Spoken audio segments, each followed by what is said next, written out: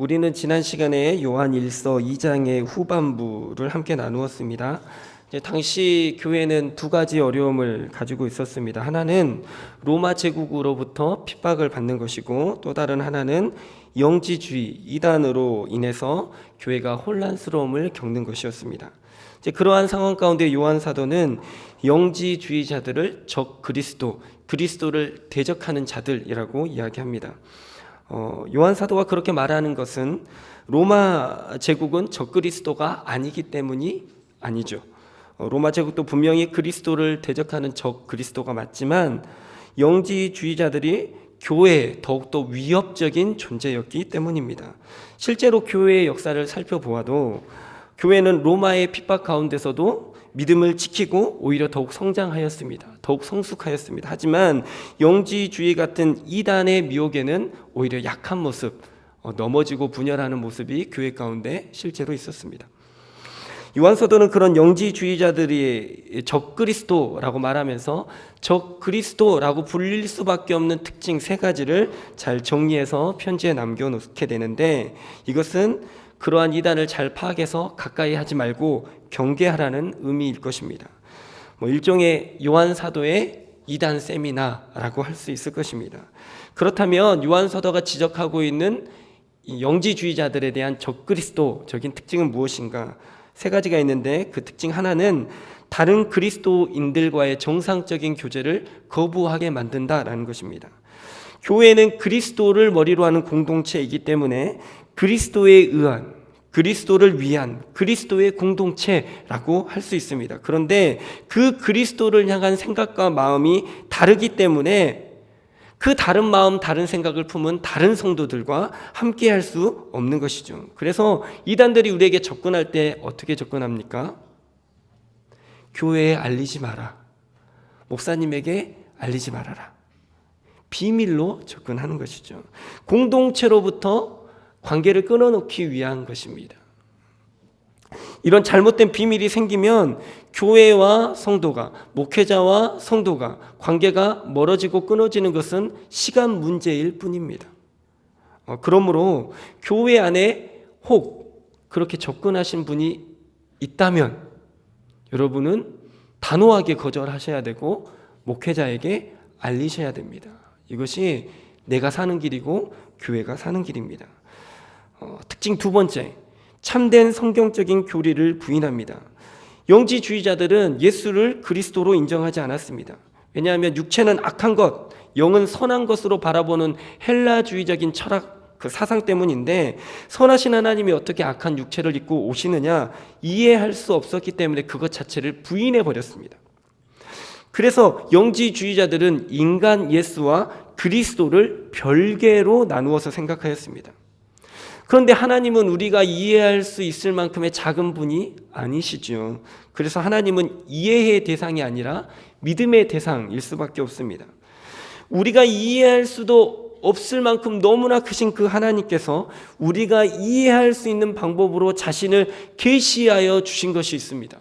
바로 성경이죠. 그래서 우리는 성경을 통해서 하나님을 알고, 성경을 통해서 하나님을 보고, 성경을 통해서 하나님을 경험하게 되는 것입니다. 그런데 성경이 무엇이라고 말하느냐? 메시아, 구원자, 그리스도라고 약속하신 그 예수님, 하나님이 메시아가 되어서 이 땅에 오시겠다라고 약속하셨죠. 근데 그 그리스도는 어떠한 분이냐? 다윗의 후손으로 올 것이다. 처녀의 몸에서 잉태되어 올 것이다. 약속하여 주셨습니다. 그래서 그리스도는 100%의 하나님이시면서 동시에 100%의 인간이실 수밖에 없는 것이죠. 성경이 그것을 말하고 있기 때문에. 성경은 구약에서부터 성육신을 예언해주고 우리에게 가르쳐주고 있는데, 이미 예수님을 통해서 이루신 이 성육신의 사건을 내가 이해하지 못한다고, 내가 배우고 알고 있는 철학과 사상 가운데서는 이걸 이해할 수 없다라고 해서 부인해 버린다면 우리는 다른 것도 믿을 수 없게 됩니다. 하나님의 천지창조를 어떻게 우리가 믿을 수 있겠으며 노아의 홍수를 어떻게 믿을 수 있겠습니까? 홍해를 가르는 기적과 태양이 멈추고 뒤로 물러가는 기적들은 우리가 어떻게 믿을 수 있겠습니까? 예수님께서 물 위를 걸어오시고 오병이어로 5,000명이 넘는 사람들 먹이시고 12광주를 남기신 것을 우리가 어떻게 믿을 수 있겠습니까? 병자를 고치시고 죽은 자를 고치신 것을 어떻게 믿을 수 있겠습니까? 십자가에서 죽으셨다 부활하셨다는 것을 어떻게 믿을 수 있겠습니까? 그래서 성육신을 부인하는 것은 예수님만 안 믿는다라는 의미가 아니라 본질적으로는 성경을 믿지 않는 것이고 하나님을 믿지 않는 것과 같게 되는 것입니다. 그래서 사실은 조금 다른 것이 아니라 다 다른 것이 되어버린다라는 것이죠. 요즘에 등장하는 이단들도 전통 교회와 다른 교리를 주장하면서 성경을 다르게 해석하려고 합니다. 이단들의 종류는 여러 가지가 있지만 각 이단들이 성경을 바라보고 해석하는 관점들을 살펴보면 성경 전체적인 맥락을 보지 않고 특정 구절에 집착하는 것을 우리가 알 수 있습니다. 문자 그대로 무리하게 해석하거나 임의대로 해석합니다. 예수님이 정하신 방법, 사도들을 통해서 구원하시고자 하는 이 방법을 무시하고 자기들이 만들어내는 교리가 성경보다 더 높이 두는 것을 우리가 볼 수 있습니다. 그래서 우리는 이단을 경계하기 위해서는 교회 열심히 다니는 것, 이것으로 끝나는 것이 아니라 성경을 실제로 공부해야 되고 교리를 공부해야 됩니다. 이것은 단기간에 하고 마칠 어떤 수료하고 끝나는 일이 아니라 우리가 주님의 부르심을 받은 날까지 계속해서 우리 안에 있어야 될 일이라는 것이죠. 적 그리스도의 특징 세 번째, 성도를 미혹합니다. 자기만 잘못된 교리에 빠지고 자기만 공동체에서 빠져나가는 것이 아닙니다. 에덴 동산에서의 하와를 보면서 우리가 알 수 있듯이 피해자였던 하와는 이제 금세 가해자로 바뀌어서 누군가를 피해자로 만들어 갑니다. 죄의 전염성, 중독성, 위험성이라는 것이죠. 우리는 그것을 절대 가볍게 생각해서는 안 됩니다. 이번 주 목요일 7시 순천 기독교 선교 단체 연합에서 주최하는 이단 세미나가 이 자리에서 있습니다. 너무나 좋은 기회이지요. 찾아가서 들어도 유익한데 우리 교회에서 한다니까 얼마나 편합니까? 마음도 편하고 좋지요. 우리 성도님들 한 분도 빠짐없이 참석하셔서 같이 교육 받으시면 좋겠습니다. 뉴스나 인터넷을 통해서 들으셨겠지만 지금 신천지가 전국적으로 CBS 폐쇄 서명 운동을 하고 있습니다. CBS가 작년에 신천지에 빠진 사람들 영상을 제작해서 8부작으로 방영한 적이 있습니다. 그래서 지난 2월 과천 집회에서 신천지 이만희 교주가 CBS를 두고 조그만한 종교 방송국입니다. 피라미같이 그것 가지고 이 사람들이 아무데나 덤비는 것입니다. 그래서 이번에는 그냥 두지 않겠다는 것입니다. 이렇게 말했다고 그러네요. 그래서 이만희 교주가 그렇게 말했으니까 이제 신도들이 거기에 따라서 움직이는 것이죠. 그래서 대대적으로 전국적으로 이런 일들이 벌어지고 있습니다. 그런데 생각해 보십시오. 적어도 예전에 이단들은 양심적으로 그러지는 않았습니다. 그렇죠. 부끄러운 줄도 알고 창피한 줄도 알고 자기가 이단인 줄도 알았어요. 그런데 이렇게 하는 걸 보면 정말 주님 오실 날이 멀지 않았구나라는 생각을 하게 됩니다. 이 가운데 세상의 것에 마음 빼앗기지 않고 말씀 위에서 신앙을 지켜나가는 것이 너무나 중요하구나 다시 한번 깨닫게 됩니다. 요한 사도는 이렇게 이단 세미나를 마치고 나서 그렇다면 진짜 그리스도를 따르고자 하는 성도들은 어떤 삶을 살아가야 되는가에 대해서 이제 피력하고 있습니다. 오늘 보신 1절 말씀을 보면 성도는 하나님의 자녀입니다 라고 선언하고 있습니다. 이렇게 살아야 됩니다 라고 말하기 전에 먼저 당신은 누구입니다 라고 정체성을 말하는 것이죠. 우리가 무엇을 행하여서 한낱 피조물인 주제에 스스로 하나님을 떠나 죄 가운데 있는 죄인인 주제에 어찌 감히 창조주 하나님의 자녀가 될 수 있겠습니까? 내가 무엇을 한다고 해서 그 자격을 얻을 수 있겠습니까? 우리의 힘으로는 절대 할 수 없는 것이죠. 하나님이 베풀어 주신 은혜로 말미암아 우리는 그냥 자녀가 된 것뿐입니다. 그 은혜로 하나님의 자녀가 되었으니 이제는 은혜 받은 자답게 자녀된 자답게 살아보자 라는 이야기를 꺼내는 것이죠. 야, 이렇게 해야지 하나님 자녀가 된다가 아니라 하나님의 자녀가 되었으니 이렇게 살아보자 라고 이야기한다는 것입니다. 그러면 하나님의 자녀답게 살아가는 것은 무엇인가? 지금 현재를 성결하게 살아가는 것입니다. 지금 현재를 성결하게 살아가는 것과 하나님의 자녀가 되는 하나님의 자녀인 것과 무슨 관계가 있겠습니까? 아버지 되신 하나님께서 거룩하시기 때문에 하나님의 유일하신 아들 예수 그리스도께서 성결의 삶을 사셨기 때문입니다. 그래서 우리도 그 하나님의 자녀가 되었기에 아버지 하나님을 닮아 하나님의 유일하신 아들 예수 그리스도를 닮아 현재의 삶을 성결하게 살아가게 된다라는 것입니다. 닮아가는 것이죠. 닮아간다라는 것은 아버지와 자녀 사이에서 자연스럽게 일어나는 일입니다. 현재를 지금 그렇게 성결함으로 예수님을 닮아가고 성결함으로 하나님을 닮아간다는 것은 무엇을 의미합니까? 장래에도 하나님을 닮아갈 것이다. 예수님을 닮아갈 것이다 라는 것을 의미합니다. 그래서 2절 말씀처럼 우리가 장래에 어떠한 모습으로 변화될지 완전하게 다 알 수는 없지만 우리가 예수님과 닮아질 것은 확실하다 라고 말씀하고 있는 것입니다. 그래서 이어지는 3절 말씀도 하나님께서 이 확신의 소망이 있는 자들을 가만히 두지 않고 자기와 같이 깨끗하게 만들어 주신다라는 것이죠. 장래의 소망은 우리가 가진 것인데 현재의 성결한 삶은 하나님께서 살도록 도와주신다라는 것입니다. 이것은 우리의 노력이 필요 없다라는 의미가 아닙니다. 깨끗함, 성결함, 거룩함이라는 것은 근본적으로 우리의 노력으로 얻어지는 것이 아니라 하나님이 주셔야 되는 것이다. 하나님이 은혜로 받는 것이다 라는 것을 의미하는 것입니다. 그러면 하나님의 자녀가 되면 거룩해지고 깨끗해지고 성결해져서 하나님을 닮아가는 중이면 죄 짓지 않습니까? 아니죠. 또 죄 짓습니다. 우리는 연약하고 부족하여서 방금 전에 예배드리러 모이기 전까지도 또 아마 어떤 죄 가운데 있었을 것입니다. 그런데 과거에 하나님의 자녀가 아닌 마귀의 자녀로 있을 때와 지금과는 다르다라는 것이죠. 근본적으로 다른 것이 있다라는 것입니다. 4절 말씀을 보면 죄를 짓는 자마다 불법을 행하나니 죄는 불법이다 라고 말씀하고 있습니다. 죄는 관역을 빗나갔다라는 의미죠. 기억나실 것입니다. 그래서 빗나가지 않도록 가이드를 주는 것이 있는데 그것이 계명이라 하였습니다. 불법은 법이 없는 상태를 말하는 것이죠. 그런데 실제로는 하나님이 주신 가이드, 계명이 있습니다. 그렇다면 불법이라는 것은 무엇입니까?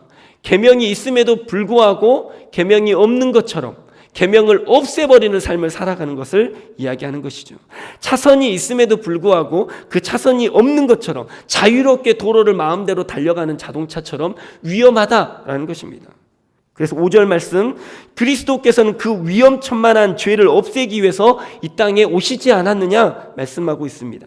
뒤에 그에게 죄가 없다라는 부연 설명은 육체는 악한 것이다 라는 영지주의자들의 생각에 맞서서 그리스도께서는 육체를 입고 오셨지만 죄는 없다라는 것을 다시 한번 강조하고 있는 것입니다. 육체를 입으셨지만 죄가 없으시다라는 것은 예수님께서 요셉과 마리아의 생물학적인 관계 안에서 탄생하신 것이 아니라 성령으로 잉태되었기 때문에 가능한 것이다. 우리는 이미 신앙 고백을 통해서 알고 있습니다. 이것이 너무나 중요한 것이기 때문에 사도신경에서도 빠뜨리지 않고 고백하고 있는 것이죠. 그런데 6절 말씀 우리를 혼란스럽게 합니다. 그리스도 안에 거하는 자마다 범죄하지 않는다라고 말하고 있기 때문입니다. 뿐만 아니라 뒤에 뭐라고 말합니까? 범죄하는 자마다 그리스도를 보지 못하고 그리스도를 알지도 못한다고 하니 너무나 무서운 말씀이죠. 그러면 날마다 죄를 짓고 있는 나는 그리스도 안에 거하고 있는 사람인가? 아니면 그리스도를 보지도 못하고 알지도 못한 사람인가? 걱정스러운 질문이 생기게 됩니다. 범죄하다라는 말이 문법적으로 보면 직설법 현재 시제로 쓰였습니다. 근데 이것을 쉽게 표현하면 무엇이냐면 연약함으로 인해서 일시적으로 죄를 지었다라는 의미가 아니라 습관적으로 지속적으로 계속해서 죄를 짓는 것을 이야기합니다. 불법, 즉 계명이 없는 사람 혹은 계명을 없애버리려는 사람처럼 살아간다라는 것을 의미하는 것이죠. 만약 지금 우리가 고의적으로 계획적으로 돌이킬 생각 없이 계속해서 죄를 짓고 있다면 성경의 말씀대로 분명 하나님의 자녀는 아닙니다. 하지만 보통의 성도는 그렇지 않죠. 계명을 지키고자 하는 마음이 있습니다. 지키려고 노력도 합니다. 그런데 완전하지 못하고 온전하지 못해서 일시적으로 간헐적으로 계속해서 죄를 짓고 있다라는 것입니다. 이것이 우리의 정직한 모습이잖아요. 하나님의 자녀인 우리가 죄를 짓게 되는 대부분의 이유는 무엇입니까? 죄에 대한 미혹을 받기 때문입니다. 이상하리만큼 달콤한 유혹이죠. 그래서 7절 말씀에 아무도 너희를 미혹하지 못하게 하라라고 말씀하고 있습니다. 길을 잘못 들 수 있다. 길을 잘못 든 것 자체를 뭐라고 말씀하시는 것이 아니라 길이 잘못 들었으면 그 길에서 돌이켜서 나와야 되지 않느냐라는 것이죠. 뭐 이 길로 가도 나오겠지. 이 길이 더 빠르고 안전한 길이야. 이 길이 더 재밌는 길이야. 이런 거짓말에 속지 말라는 것입니다. 괜찮아, 다들 그렇게 가고 있잖아. 속지 말라라는 것이죠. 어떤 사람에게는 그 미혹이 돈이 될 수도 있고 명예가 될 수도 있고 성적인 것이 될 수도 있겠죠. 요한사도는 이 문제의 해결책으로 그 어느 것도 그 누구도 너희를 미혹하도록 그냥 두어서는 안 된다라고 말씀하고 있습니다. 이것은 단지 너희가 미혹에 빠지지 않도록 조심해야 된다라는 의미가 아닙니다. 그것들이 너희를 미혹하는 대상이 되지 않도록 만들어야 된다라는 것이죠. 그러기 위해서는 무엇해야 됩니까? 하나님이 죄를 미워하시는 것처럼 우리도 그 죄를 미워하는 것을 배워가야 됩니다. 하나님이 의를 행하는 것을 사랑하는 것처럼 우리도 의 행한 것을 사랑해야 되는 것을 배워야 된다는 것이죠. 이것은 야고보서 4장 7절의 말씀이 생각나게 합니다. 이렇게 나와 있어요. 야고보서에. 그런즉 너희는 하나님께 복종할지어다. 마귀를 대적하라. 그리하면 너희를 피하리라. 그래서 이어지는 8절 말씀에서도 그리스도께서 오신 것이 그 마귀의 일을 멸하게 하시기 위함이다 라고 말씀하고 있습니다. 그래서 하나님의 자녀는 사단이 자신을 미혹하지 못하도록 마귀를 대적하며 살아간다 라고 말씀하고 있는 것이죠. 혹 잘못된 길로 들어서면 재빨리 돌이켜야 됩니다. 아, 좋구나. 거기서 자리 펴고 머물러 있어서는 안 됩니다. 왜냐하면 9절 말씀처럼 하나님께로부터 난 자마다 죄를 짓지 않고 범죄하지 못하기 때문입니다. 여기서 죄는 일시적인 죄를 말하는 것이 아닙니다. 앞서서 말씀드렸듯이 지속적이고 계획적이고 습관적인 죄를 사랑하는 태도를 의미합니다. 하나님의 자녀들 안에는 하나님의 씨가 있다. 말씀과 성령이 계셔서 하나님의 자녀들을 그 죄 가운데 계속해서 머무르도록 두지 않으신다. 죄에 들어갔으면 잘못됐다, 안타깝다, 싫다, 밉다, 후회된다 라는 마음이 우리 안에 생겨서 그 죄에서 빠져나오게 하신다라는 것입니다.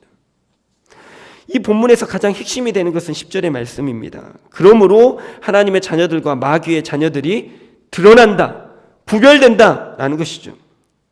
의를 행하려 하는 사람은 그렇다면 누가 하나님의 자녀이고 누가 마귀의 자녀인가? 죄의 자리에서 자기 자리를 펴고 있으면서 가끔 의를 행하는 척하는 사람이 하나님의 자녀인가? 의의 자리에 자기의 자리를 폈지만 가끔은 실수하고 넘어지고 유혹받는 사람이 하나님의 자녀인가? 요한 사도는 1차적으로는 영지주의자들이 마귀의 자녀들이다 라고 말하는 것입니다. 구원의 지식을 갖고 있다고 자신들은 하나님과 친밀하다고 말하면서도 여전히 죄를 사랑하고 죄에 심취해 있고 죄에 중독되어 있는 사람들, 이들이 마귀에 속한 자녀들이라고 말하죠. 영지주의자들을 보며 영적으로 깨어있는 사람들, 신령한 사람들, 자유로운 사람들이라고 착각해서는 안 된다. 그들은 경계해야 될 마귀의 자녀들이다 라고 요한 사도가 말하고 있습니다. 그런데 영지주의자들만 그렇습니까? 그렇지 않지요. 10절 말씀의 후반부를 보시면 2차적으로는 의를 행하지 않고 그 형제를 사랑하지 않는 사람도 하나님께 속하지 않았다라고 말합니다. 하나님께 속하지 않았다는 말은 마귀에게 속하였다라는 말이죠. 여기에서 주의해서 보셔야 될 것이 있습니다. 죄를 짓는 사람, 형제를 미워하는 사람이라고 표현하지 않고 있습니다. 단순히 죄 안 짓는 것, 단순히 형제를 미워하지 않는 것, 이것을 하나님께서 요구하시는 것이 아니라는 것이죠. 적극적으로 의를 행하지 않는 사람, 적극적으로 형제를 사랑하지 않는 사람, 이 사람들이 바로 마귀의 자녀들이다 라고 똑같이 말씀하고 있는 것입니다. 우리는 하나님의 자녀된 우리는 세상의 사람들보다 죄 조금 덜 짓는 것, 이것으로 만족해서는 안 된다는 것이죠. 특별히 미워하는 사람 없으면 되지, 이것이 우리의 신앙생활의 기준이 되어서는 안 된다는 것입니다. 하나님의 자녀들이 가져야 되는 기준은 의를 행하지 않는 것도 죄구나, 형제를 미워하지 않았지만 무관심하고 사랑하지 않는 것도 죄구나, 이것이 하나님의 기준이고 말씀이 우리에게 가르쳐 주시는 기준이잖아요. 그 기준을 받아들여야 된다는 것입니다. 그러면 이제 하나님의 자녀는 우리는 어떻게 해야 되느냐? 그래서 11절의 말씀, 우리는 서로 사랑하자. 서로 사랑하자. 영지주의자들처럼 그렇게 죄 가운데 있지 말고, 형제들에게 무관심하게 그렇게 신앙생활 하지 말고, 우리가 믿는 그리스도가 우리에게 가르쳐 주신 대로, 보여주신 대로 우리가 서로 사랑하자. 이것이 요한 사도가 우리에게 가르치고자 하는 본문의 핵심 메시지인 것이죠. 그렇다면 하나님께서 이 말씀을 통해서 우리 가운데 행하시고자 하는 일, 우리에게 기대하시는 일은 무엇이겠습니까? 우리가 하나님의 자녀임을 확실히 알고 깨달아서 이전보다는 더욱 하나님의 자녀답게 살아가려고 하는 것이겠지요.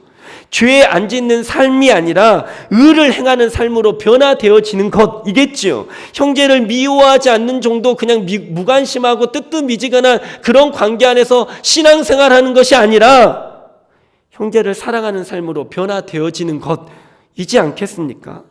이전에도 사랑을 행하긴 했지요. 안 했다는 것 아닙니다. 그런데 이전보다는 더 깊이, 이전보다는 더 넓게 계속해서 하나님의 자녀답게 살아가야 된다는 의미입니다. 하나님은 우리 안에 하나님의 씨를 심었다라고 말씀하고 있습니다. 이 씨가 가만히 있는 것이 아니다라고 말씀하시는 것이죠. 이 씨가 자라서 싹이 나고 잎이 나고 줄기가 나고 나중에는 결국 아름드리 나무가 된다. 그렇지 않느냐? 너희 이 자리에 머물러 있어서는 안 된다. 그 사랑이 자라가야 된다. 넓어져야 된다. 깊어져야 된다. 라고 말씀하고 있는 것입니다.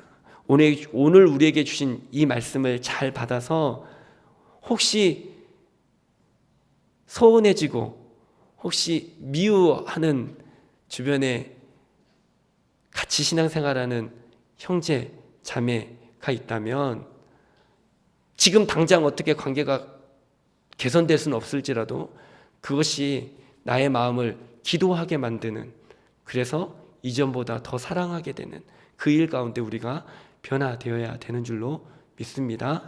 우리가 서로 사랑하고 더 뜨겁게 사랑하는 우리 성북 공동체 되기를 축복합니다. 아멘. 기도하겠습니다. 하나님 예수님을 통해서 우리에게 주신 가장 큰 계명 사랑일진데, 하나님 우리 안에 사랑이 너무나 부족함을 다시 한번 고백합니다. 하나님, 부족함을 고백하는 것으로 끝나지 않게 하여 주시고 우리 안에 심겨진 하나님의 씨앗이 자라고 새싹이 나고 잎이 나고 줄기가 자라고 아름다리 나무가 되어야 되는 것처럼 우리 안에 심겨진 하나님의 사랑이 그렇게 자라가길 소망합니다. 무관심했던 사람에게 사랑할 수 있게 되고, 용서할 수 없는 사람들을 또 사랑하게 되고, 사랑했던 사람들은 더 깊이 사랑하게 되는 우리 성북 공동체가 되어줄 수 있도록 주님 도와주시옵소서. 하나님, 다목적관이 건축되어지고 있습니다. 건축이 이루어지는 과정들을 바라보면서 건물이 지어지는구나 라고 생각하지 않고 우리의 마음도 그렇게 자랄 수 있도록 우리의 모습을 보게 하여 주시옵소서.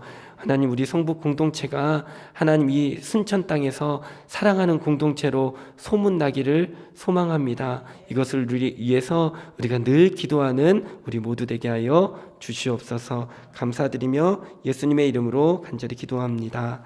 아멘. 우리 찬송